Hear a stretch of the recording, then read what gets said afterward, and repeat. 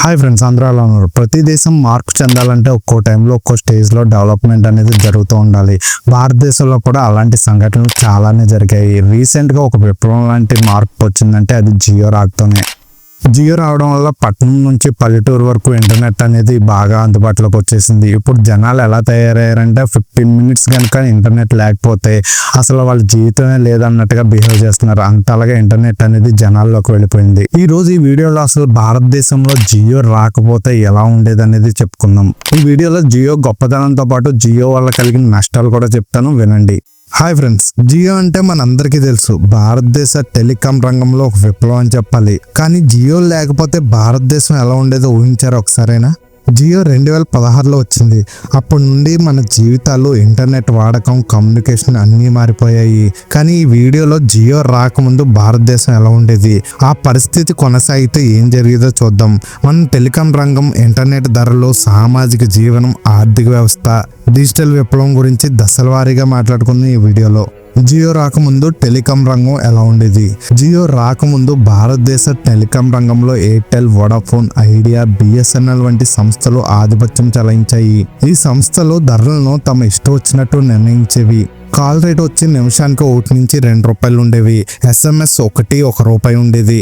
Internet అయితే చాలా ఖరీదు. 1 GB డేటా కోసం దాదాపుగా 200 నుంచి 300 రూపాయలు చెల్లించాలి, అది కూడా 2G స్పీడ్తో.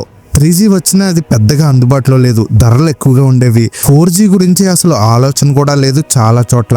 గ్రామీణ ప్రాంతాల్లో అయితే కనెక్టివిటీ చాలా దారుణంగా ఉండేది. జియో రాకముందు ఇంటర్నెట్ అంటే లగ్జరీలో ఉండేది. 1 GB డేటా కోసం 200 రూపాయలు ఖర్చు చేయాల్సి వచ్చేది. అది వీడియో చూడడానికి కూడా సరిపోయేది కాదు. బఫరింగ్, నెమ్మదిగా లోడింగ్ ఇవే సర్వసాధారణం అయిపోయాయి అప్పుడు. జియో లేకపోతే ఈ ఖరీదైన డేటా ధరలు కొనసాగేవి. సామాన్యులకు ఇంటర్నెట్ అందుబాటులో ఉండేది కాదు. డిజిటల్ గ్యాప్ బాగా పెరిగిపోయేది అందరికీ. జియో వల్ల YouTube, OTT platforms, online shopping, UPI popular అయ్యాయి.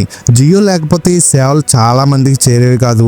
Online Vidya, work from home వంటివి ఊహించలేని స్థాయిలో ఉండేవి. ఇప్పుడు జియో రాకముందు టెలికాం కంపెనీలు భారీ లాభాలు ఆర్జించాయి, కానీ పోటీ తక్కువగా ఉండేది. జియో లేకపోతే ఈ కంపెనీ ధరలను ఎక్కువగా ఉంచి ఆవిష్కరణలు తక్కువగా చేసేవి. కస్టమర్ల డబ్బు ఎక్కువగా ఖర్చు అయ్యేది. ఆర్థిక వ్యవస్థలో సర్క్యులేషన్ తగ్గేది. జియో వల్ల డిజిటల్ ఎకానమీ బాగా పెరిగింది. పేటిఎం, ఫోన్పే, అమెజాన్, ఫ్లిప్కార్ట్ వంటివి బాగా పెరిగాయి. జియో లేకపోతే ఈ గ్రోత్ నెమ్మదిగా ఉండేది. చిన్న వ్యాపారులు ఆన్లైన్లోకి రాకుండా ఆగిపోయేవి. జియో వల్ల వాట్సాప్, ఫేస్బుక్, ఇన్స్టాగ్రామ్, యూట్యూబ్ గ్రామీణ ప్రాంతాల్లో కూడా చేరేవి కాదు. జియో లేకపోతే ఈ సోషల్ మీడియా వాడకం ధనవంతులు, నగరవాసులకే పరిమితమయ్యేది. గ్రామీణ ప్రజలు బయట ప్రపంచంతో కనెక్ట్ అవ్వడం చాలా కష్టంగా ఉండేది. జియో ఉచిత డేటాతో ఆన్లైన్ విద్య అందుబాటులోకి వచ్చింది. జియో లేకపోతే పుస్తకాలు, టీచర్లకే పరిమితం అయిపోయేది విద్య అనేది. సమాచారం అందడం నెమ్మదిగా ఉండేది. జియో వల్ల 4G, 5G వేగంగా వచ్చాయి. జియో లేకపోతే భారతదేశం 3Gలోనే ఆగిపోతుంది. ఇతర దేశాల కంటే వెనుకబడి ఉండేది. IoT, internet of things, smart సిటీలు, AI వంటి టెక్నాలజీలు చేరడం ఆలస్యమయ్యేది. భారతదేశం డిజిటల్ రంగంలో అగ్రగామిగా మారే అవకాశం తగ్గేది. జియో నెట్వర్క్ లేకపోతే యువతకు చౌకైన ఇంటర్నెట్ డేటా అందుబాటులో ఉండేది కాదు. ఇంటర్నెట్ లేకుండా ఆన్లైన్లో వినోదం, సోషల్ మీడియా లేదా ఉద్యోగ అవకాశాల గురించి సమాచారం పొందడం కష్టమయ్యేది.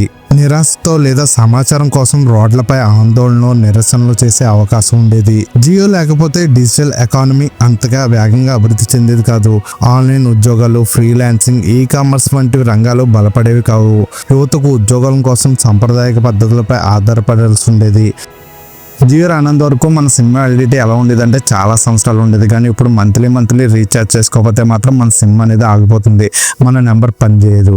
10 రూపాయలు, 20 రూపాయలు, 50 రూపాయలు ఇలా రీఛార్జ్ చేసుకుంటే చాలు, ఫోన్స్ అయితే చేసుకోగలం. కానీ ఇప్పుడు ఎలా ఉందంటే 3 monthsకి 1000 రూపాయలు కానీ ఖర్చు చేయకపోతే మన సిమ్ అనేది కాల్స్ కానీ, మెసేజ్ కానీ, ఇంటర్నెట్ కానీ చేసుకోవడం కుదరదు.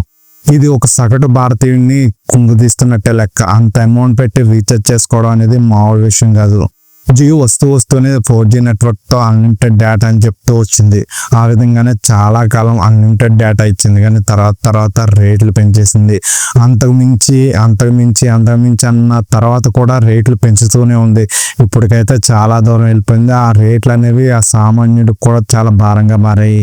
జియో రాక వల్ల ఎయిర్సెల్, ఐడియా, వడాఫోన్ ఇలాంటి చాలా, టాటా డోకోమో లాంటి చాలా నెట్వర్క్స్ అయితే మూసుకోవాల్సి వచ్చింది. దానికి కారణం ఏంటంటే వీళ్ళు ఇచ్చే ప్రైజెస్, వీళ్ళు ఇచ్చే నెట్వర్క్ కారణంగా ఆ సిమ్స్ అయితే వాడటం మానేశారు.